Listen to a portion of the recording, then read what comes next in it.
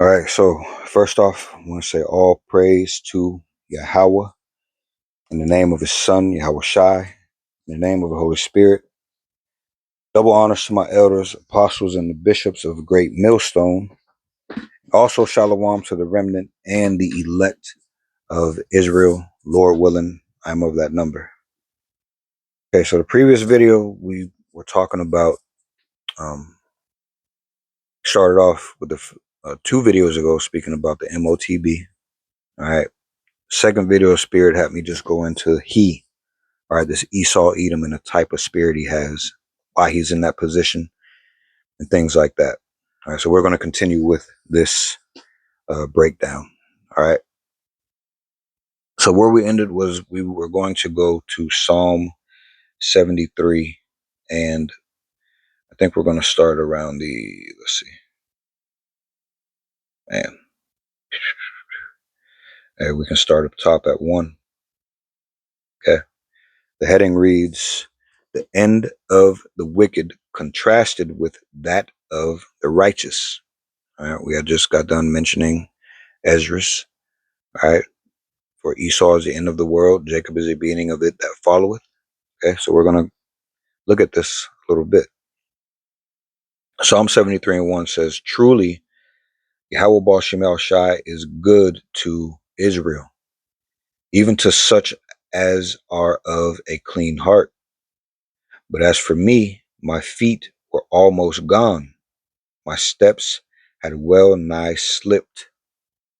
For I was envious at the foolish when I saw the prosperity of the wicked."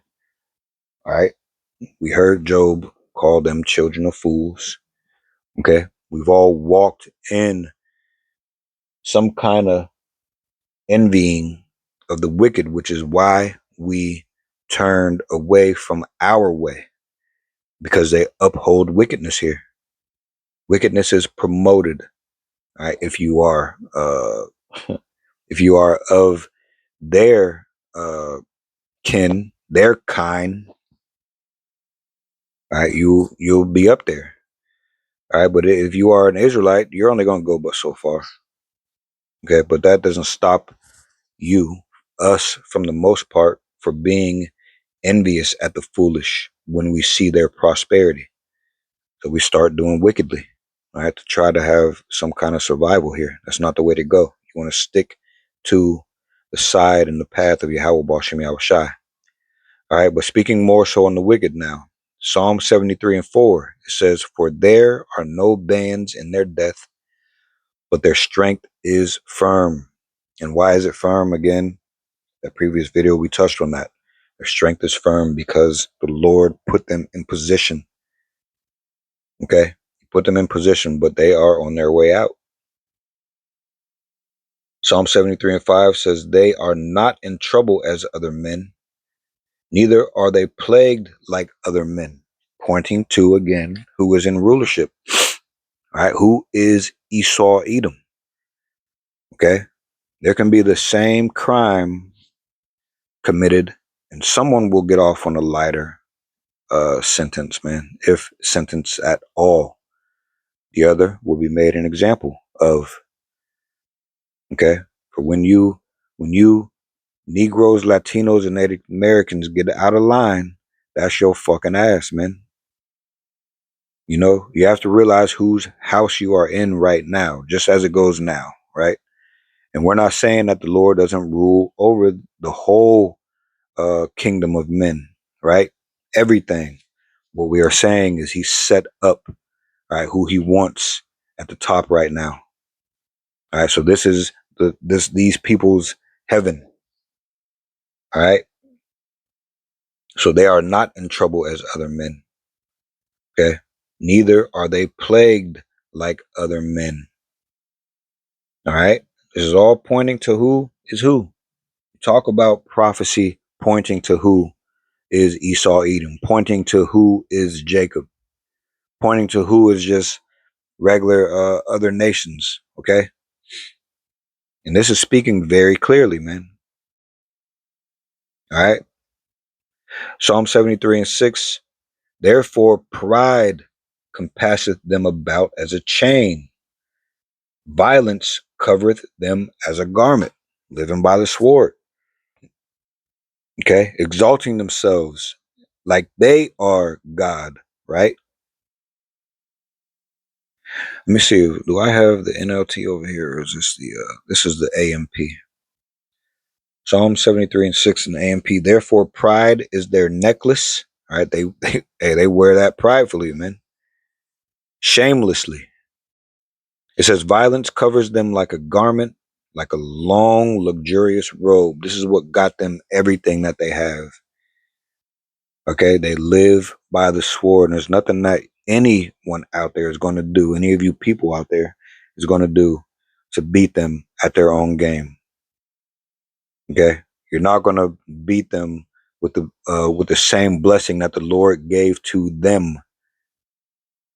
All right, the only one that is going to take them out of power is Yahweh Baal Shem, Yahweh Shai. All right, this is their forte. Psalm 73:7, it says, their eyes stand out with fatness. They have more than heart could wish. All right, and they want more. Okay, they have more than the heart could wish, and they want more. All right, hold on a second. Where we at? Okay, Psalm 73:8. They are corrupt and speak wickedly concerning oppression. They speak loftily. In the AMP, they mock and wickedly speak of oppression. They speak loftily with malice. I remember watching, can't think of his name. His name was Matt Walsh. He basically bragged about how they took down Gad, man. How they took down Reuben, Issachar. Okay, he bragged about it. He's proud of it. All right, they mock and wickedly speak of oppression. They speak loftily with malice. All right, he stepped in shit when he opened his mouth, man. He went along. He went right ahead and proved exactly what we're saying with his own lips, man. All right, they are Esau, Edom, and they don't have any problem with being that way. Will they put on the name Esau, Edom and wear it proudly? Probably not, because they fucking liars, man. But you can tell by their actions, and a lot of times you can tell by what they say if you listen. Let me read this next verse really quick, all right? Psalm 73:9, and we could probably go through this whole thing, but Psalm 73:9, it says, they set their mouth against the heavens, and their tongue walketh through the earth. Now they go through here professing they self, right? Showing they swag, right? All the things, all the spoils of war that they got, they flaunt it. All the lands that they took from people through violence, they flaunt it. Even the things that they plan to do, they flaunt it. Because of their weapons, they're gonna grab a lot of stuff, man. Okay, when it says they set their mouth against the heavens, now that we out here speaking this truth, or now that the truth is out here shining the way that it is, okay, they're against it. They want to call the scriptures a hate book when they've been using this thing to conquer the earth. They knew the power that was in it, but they didn't know the power that was in it. Okay, for the most part now, they're setting their mouth against the heavens and the words that uh, come through the spirit, man.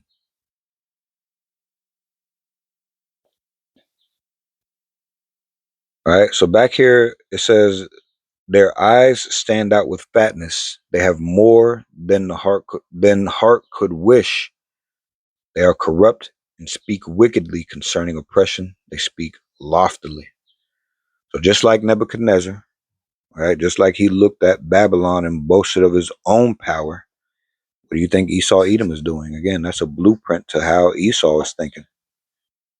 All right, and Esau operates in extreme pride today, man. Extreme pride. Remember, they wear their pride like a necklace.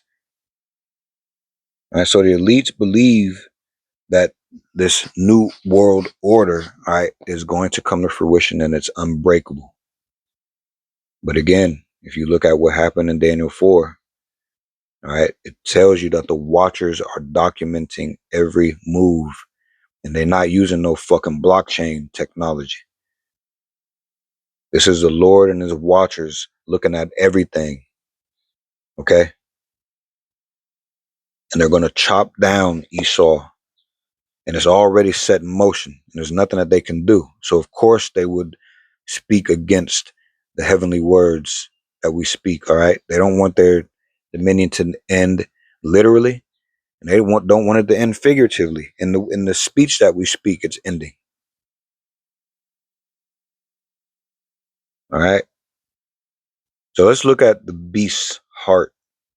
All right? That word beast goes back to the word Nebuchadnezzar. I mean, Therion, excuse me.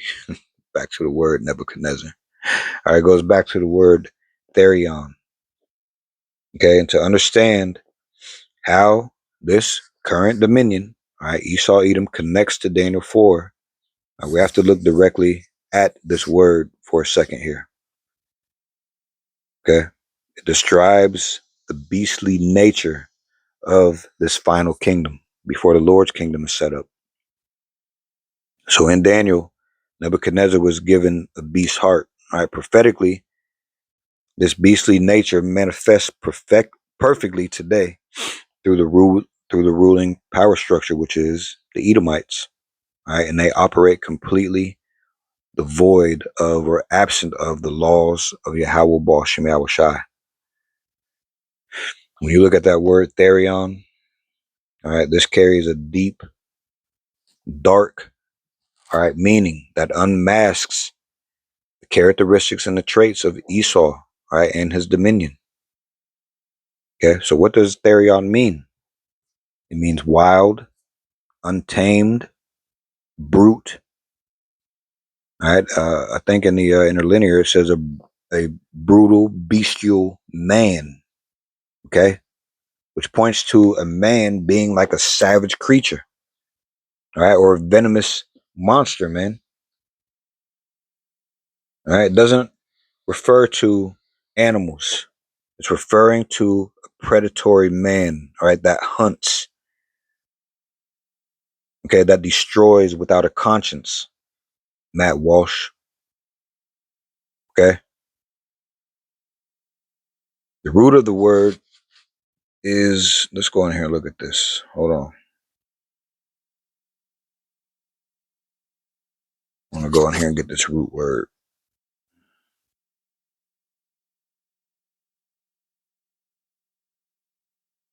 Beast. Okay.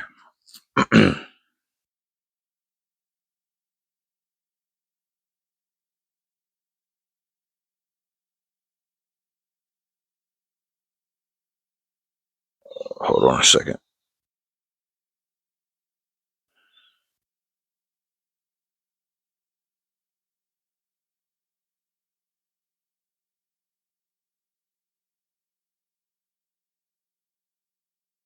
Give me a quick second here. If you're wondering where I'm going, okay, I'm going to Revelation 13 and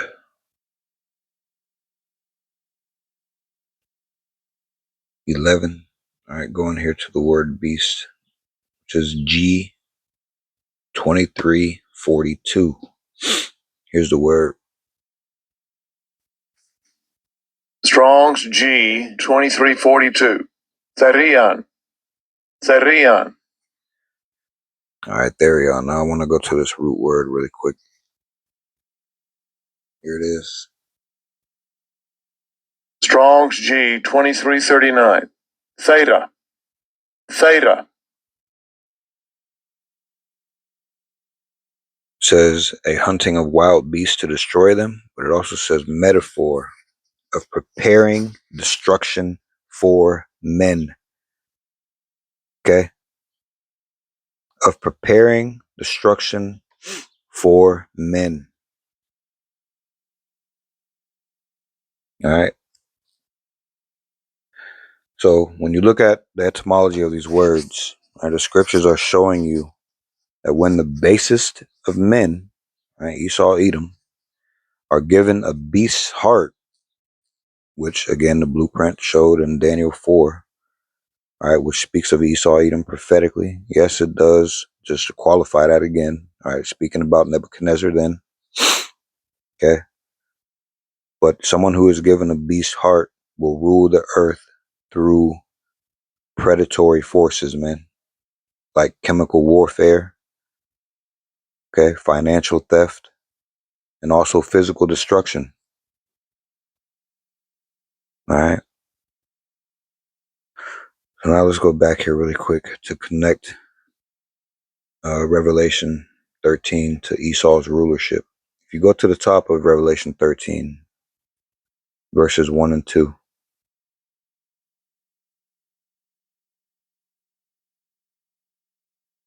All right, hold on. All right, Revelation 13, verses 1 and 2. Okay, it says, "And I stood upon the sand of the sea, and saw a beast rise up out of the sea, having 7 heads and 10 horns, and upon his horns 10 crowns, and upon his heads the name of blasphemy. And the beast which I saw was like unto a leopard, and his feet were as the feet of a bear, and his mouth as the mouth of a lion. And the dragon gave him his power, and seat, and great authority." All right, so this was John, all right, using the word therion to describe the Roman Empire and its modern day rebirth, okay? NATO and the EU, which is the military arm of Esau Edom today, okay? Including America, right? So the scriptures calls this system a beast or a therion because it has no spiritual connection to Yahweh Bashim Shai, for one. Okay, it conquers the world through the sword. It establishes military bases all around the globe, all right, to plunder and knock out and bring these smaller nations into submission. And it perfectly matches the definition of a beast of prey. All right, verse 2, or excuse me, Revelation 13, and now jumping down to 11. It says, "And I beheld another beast," all right, again, therion, "coming up out of the earth, and he had 2 horns like a lamb, and he spake as a dragon." All right, so now this therion is Babylon the Great. All right,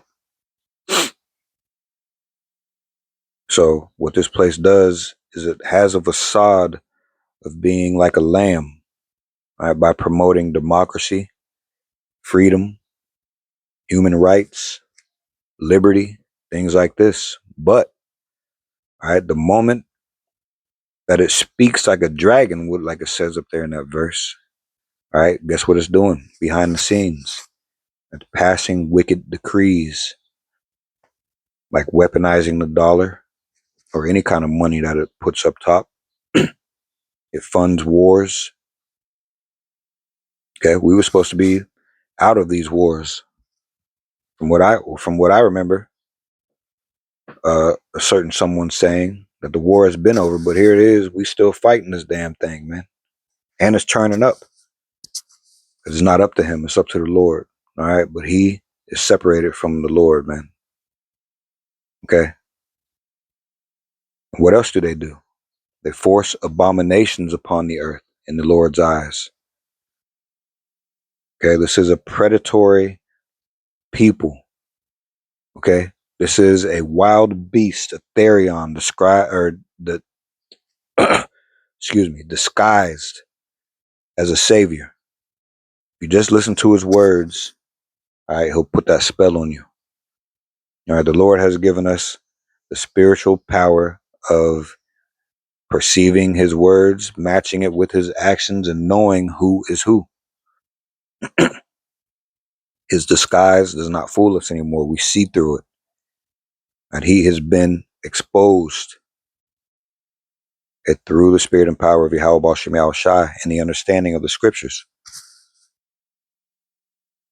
Now, this is Ecclesiastes 3 and 18. It says, "I said in mine heart concerning the estate of the sons of men, that Yahweh Baal Shemel Shai might manifest them, that they might see that they themselves are beasts. So this is King Solomon bringing out the truth also. Right? Yahweh Baal Shemel Shai allows the heathens to rule, to manifest their true nature, proving that they are nothing but beasts, right? The lowest of men, the basest of men, okay? And they are without the laws, and without the law, statutes, and commandments given only to the nation of Israel. All right, and I'm gonna use a word. I'm gonna use a sentence from or a phrase from Denzel Washington in Training Day for you Israelites. You are in a privileged position, okay? But not all of us are going to recognize that. All right, but as far as Esau, without the law, statutes, and commandments that were only given to us, what is he going to revert to? He's going to revert to being the real savage. Okay, he is the real one that's living in an animalistic state. A bestial mind, man, has been given to this man. And what does this society that's ran by him prioritize over life? It prioritizes profits, okay, money over human life, and has a lot of you Jake doing the same thing. You know, when we hear people talk, when we hear our own people talk, especially you Judites out there, Judah, right, you so-called Negroes out there, every time you get a little bit of money, you talk about being up. So you up now because of the money, right? Nah, Esau has you being low like him because you prioritizing the wrong shit. You're putting the wrong shit up top. You should have Yahweh Baal Shemel Shai first. Instead, you're walking after this man. All right. He has put a battery in your back to have this same bestial heart, or at least act like you do. Okay. What else does Esau do? He poisons the food supply. Does Jake do that? Does Jake poison the food supply and feed it to the world? Feed it to a whole continent of people? Who does that? Okay. This man basically has legalized sin, man. Especially by telling you, Jakes, well, the world really that you have liberty to do anything you want to. And we've said it before, just because you have the liberty to do anything you want does not mean that you should, man. Again, pointing to this is why the Lord has laws, statutes, and commandments. All right, to keep you right with himself. But instead, you fall for the deception of this man who has constantly proved that he has the mind of a wild animal, man. All right, you can see that through the spirit. All right. So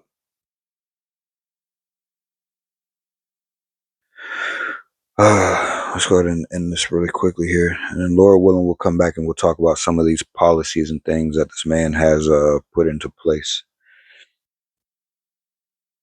So we spoke about Daniel 4 and Nebuchadnezzar. Okay. But again, prophetically, this is the blueprint of Esau Edom. All right, so just as Nebuchadnezzar was driven into the fields like a wild animal until he acknowledged the sovereignty of Yahweh Baal Shem Yahushai, Esau Edom, they are also currently acting out their beastly role as a global therion. Remember, beast, a savage bestial man. Okay, I think that was. I know bestial man is in there. Let me go in here and get this again. A brutal, maybe it's a brutal bestial man. Hold on.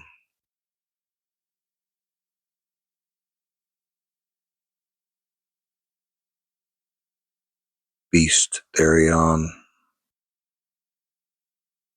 A brutal, bestial man. It says savage, ferocious. All right.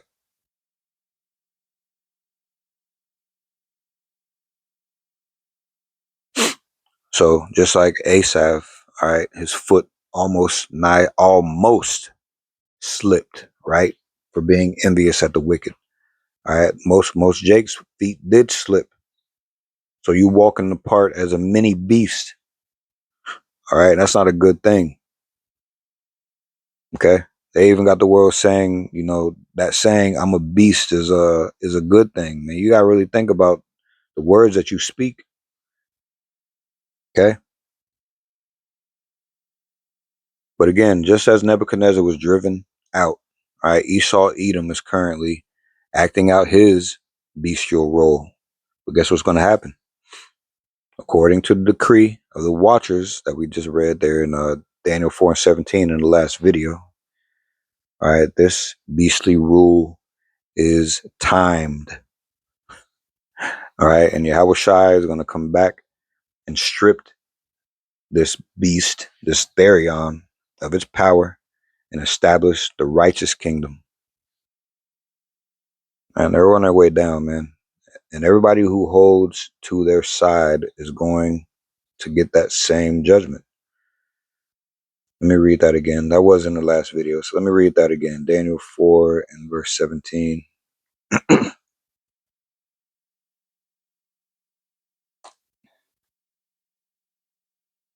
I'm going to tell you Jake something too. All right, y'all walking around here thinking that nothing is real. All right, everything is a game to you. Okay, but even your enemies believe in the truth, man. All right, they're trying to hold on and upset prophecy.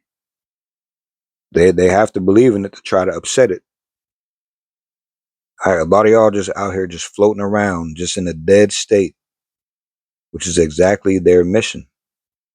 All right, it tells you that in Psalm 83. I'm not going to go get that, but you go to Psalm 83 and look at the mission of these people.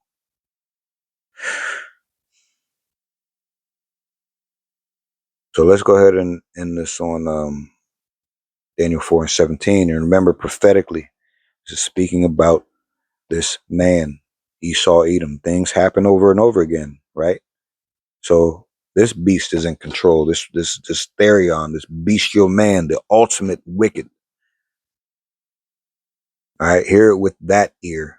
All right, Daniel 4 and 16, and I'm going to end it on 17. It says, let his heart be changed from man's, and let a beast's heart be given unto him, and let 7 times pass over him. This matter is by the decree of the Watchers, and the demand by the word of the holy ones, to the intent that the living may know that the Most High ruleth in the kingdom of men. And I have to say, all right, who's living now? The Lord is breathing life back into the ones who are paying attention. And since we are living, guess what we know? We know that the Most High, Yahweh Bashim Shai, ruleth in the kingdom of men. All right, while you other people have no clue of the power that is on this earth, the power that created this earth, the power that created you. All right, so you don't know that the Most High ruleth in the kingdom of men. The living do, though. All right, this matter is by the decree of the Watchers, and the demand by the word of the holy ones, to the intent that the living may know that the Most High ruleth in the kingdom of men, and giveth it to whomsoever he will, and setteth up over it the basis of men. This is why this man is ruling. This is the only reason why. This motherfucker ain't superior. All right, he's weak, and he's going to be cooked back in this place, man. All right, quickly. When the Lord comes, it's going to be a wrap. It's already a wrap. All right, the victory was already written. There's nothing you can do, Esau, to upset prophecy. There's no ninja that you can hire, all right, to upset prophecy. And I mean that literally. There's no ninja, no Israelite that you can hire, give money to to promote and push another truth that's going to upset prophecy. None of them.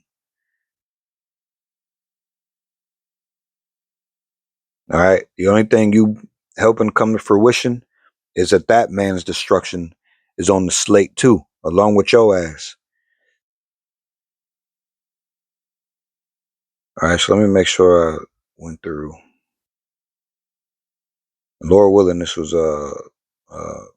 edifying and understandable, man. Still learning to be teachable. So bear with me. Yeah, I think that was it. So Lord willing, again, this came through as edifying. All right. And with that, I want to say all praise to Yahweh, all infinite praises to Yahweh, in the name of his son, Yahweh Shai, in the name of the Holy Spirit. Double honors to my elders, apostles, and the bishops of Great Millstone. Also, I want to say shalom to the remnant and the elect of Israel. Lord willing, I'm of that number. And also, Lord willing, we come back and we'll talk about some of these policies that this man, the Sterion, is setting up to go into the future and corral even more of you people out there, right, to make you choose his side, right, to make you choose the MOTB. But again, Lord willing, I am of the number of the elect and the remnant. And Lord willing, we'll see you in the next video. Shalom.